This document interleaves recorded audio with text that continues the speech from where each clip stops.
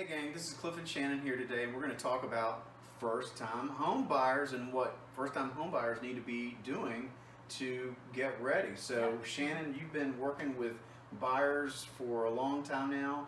What are you telling your buyers now to do? The first thing you need to do if you are thinking about purchasing a home anytime in the near future is connect with a lender. That is the very first thing you need to do, because the lender will approve you for a certain amount of money, which is going to give you a budget to shop for a house with. It's just like going shopping for clothes. You got to have a budget. You don't want to look at houses that are over your budget. You need to know what kind of house you qualify for. And that's based on their credit score, all those factors that go into that. Right. And a lot of people who have never purchased a home before really do not understand the importance of this piece of the process, because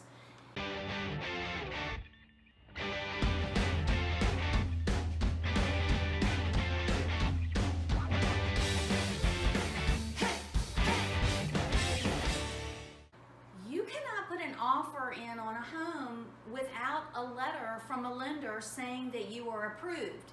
So what's going to happen is the right house is going to come along and you're going to need to act quickly. And if you have not talked to a lender to find out if you're approved, you might miss out on a house that you really like because you're not able to obtain your letter. And that may be because you may have some issues with your credit that need to be solved. A lot of times with first-time home buyers, they don't have enough established credit. And just because you don't have a lot of debt does not mean that you're completely ready to be approved for a house. Sometimes a lender may say, we need you to open up a credit card and just buy some things that you normally buy and pay it off each month on time to establish that credit. So connect with a lender early is really what you need to do. All right, I'm going to add one thing to that, and what I can do in the comments section below this video, I will add a link to an Excel spreadsheet, and in there you can put in the purchase price of the home, okay, and then you can put in a 15 or 30-year mortgage, because those are the normal. 30 years gives you the most flexibility. You can always pay ahead. And then as of today, we're talking interest rates. We talked to a client yesterday and today, like 2.8 range, which is unheard of low interest rates, which means the price of the home that you're going to pay over the life of that 15 or 30-year mortgage is really ridiculously low, which is increasing the demand on houses right now.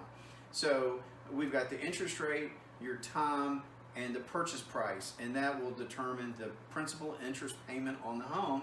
And then you've also got insurance and taxes to the Chesterfield, Hanover, and Rico, or City of Richmond, that has to be paid, and that's going to be usually somewhere on the order of another $200 to $300 a month that tax on to the principal and interest. So I'll put a spreadsheet link in there, and then if you want to just download that spreadsheet and you can plug in whatever numbers you want, and it will calculate what it thinks approximately the home price is, and that way you have some idea, and then you can talk to the mortgage person, lender, your loan officer, and that way you can dial that in. Right. Yeah, so once you go ahead and connect with a lender and determine what you want your budget to be, then we can go shopping for a house. That's the fun part. So we will hopefully see several houses. One of them will be the one, and when you think you found the right one, we will put in an offer on the house. So when you put the offer in, you need to go ahead and budget for a little bit of money before you close. So I tell my first-time home buyers, let's say you're thinking your budget is $250,000 or less. Go ahead and budget for $2,000. Those are funds you're going to need before you close. When you put the offer in, you have to put something in called an earnest money deposit, which lets the seller know that you're serious about buying the house. And for a house in that type of price range, $1,000 is sufficient. So you're going to need the $1,000. that does go ultimately to the purchase price of your home. If your offer is accepted, you're going to need to pay for an inspection of the property. Count on $500 for that. Maybe it'll be a little less, but count on $500. You're also going to need to pay for an appraisal. The lender will require an appraisal of the property. You're going to need to pay for that before closing. Count on $500. So $2,000 before you close. All right, Shannon, tell us, what kind of funds do we need to close? Well, you're going to need to count on approximately 3% of the purchase price of the home. So, for example, if the home is a $200,000 home, approximately $6,000 to close.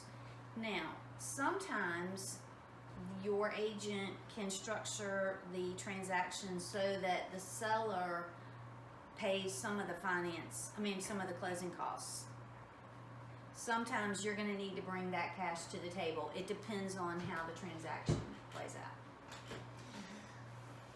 The other big piece of the financial picture with banks, especially after the 2006 downturn, is making sure that people have a piece of equity into that house. Now, ideally for a conventional mortgage, you're going to want to put down 20%, and that's going to enable you to not have to pay PMI, private mortgage insurance. Now, PMI is a cost that you're paying if you don't have enough equity in the price of the house. So with 2% down or 3% down or even 1% down, depending on the loan program, there are programs out there that you can avoid PMI or reduce the PMI or have the PMI go for a term before it's eliminated. But there are some programs out there that don't. And the only way to get out of it would be to refinance the house. So say you buy, but if you don't have,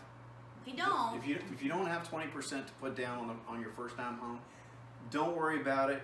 It's going to be a great investment. If you can stay in the house, 7 to 15 years, it's going to be a good investment. Ultimately, you're going to have equity in that property as you move on to your next property and get rid of the PMI. Right. I'll add as a final point that you bother your real estate agent. Even if you're out driving around, you're looking online, you're doing a lot of the homework, you're doing the searching, trying to figure out what's most important to you. Check all the boxes you possibly can that are on your list, that what you're looking for. But if you see a house you like and it takes you 4 visits to figure out before you want to put an offer on it, just call your agents. That's what we do. We understand, and it's a big decision. So bother your agent. Yeah, and also make sure when you're choosing an agent, make sure you choose someone that you really feel totally comfortable communicating with and bothering. We encourage our clients to bother us. My clients text me all the time. They ask me, Shan, I know it's going to be a silly question, but I want to ask it anyway. It's okay. So you need to find somebody that you can have that comfort zone with, because it's huge. It's the biggest financial decision most people make their entire life. That's right. So, yeah. Well, good luck. If you're watching this video, please like, subscribe, and thanks for watching. Have a great day.